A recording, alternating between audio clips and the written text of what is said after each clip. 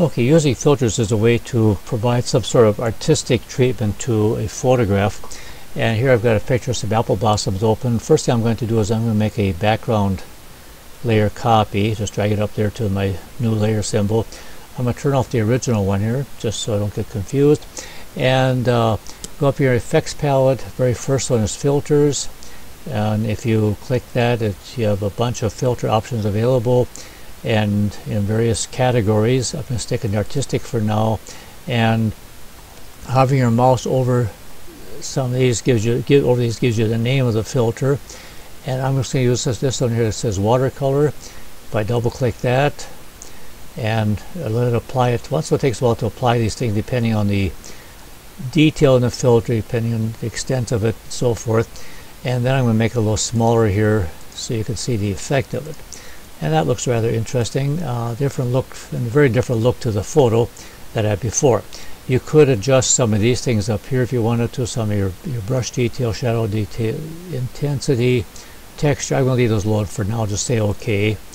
And I'm going to actually name that watercolor so I know what I did there. Okay, so it was watercolor. Now I can go up, take this one, make another duplicate layer. And let's turn this one off. Let's turn this one on. And let's go into my, let's say stylize.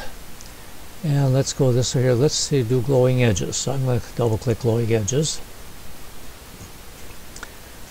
And that again, a very interesting effect to it. There's actually a way that we could inverse this and make it a white background with darker edges.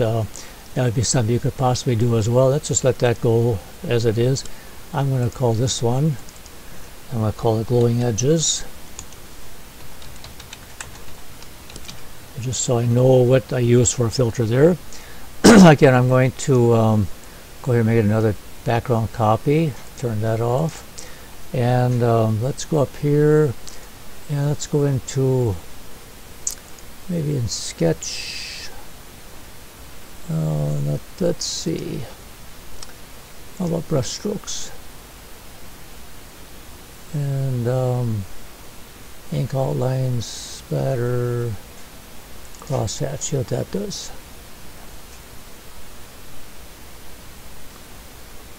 Yeah, it takes a while for some of these to apply.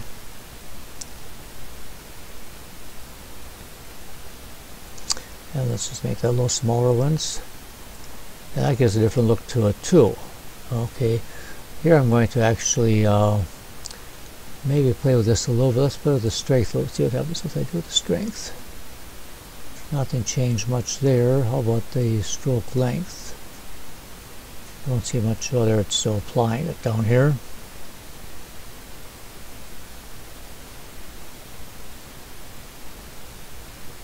Oh, there's a noticeable difference there now, so I'm going to let that go like that for now once. And this was crosshatch right there, so I'm going to say OK, and I will name this one as crosshatch. And one more time, and we'll drag it up here, make another duplicate copy, work on this one, and let's go to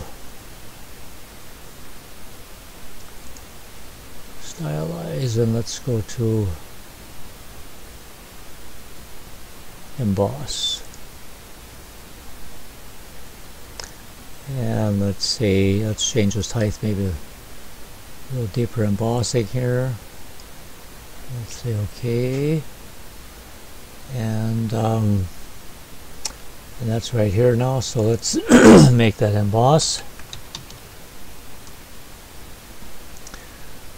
And so now you have 4 variations on a theme, so to speak. You could turn this on. Okay, there's your watercolor, glowing edges, crosshatch, emboss. And then you can also do stuff like this. You could take this and let's say on this crosshatch layer, let's turn the opacity down over here. And you get a different look. See, now your embossing is kind of showing through with some of the color from the crosshatch. So you got a variety of things you can do with the filters to give it a very different look a very different presentation for your photograph.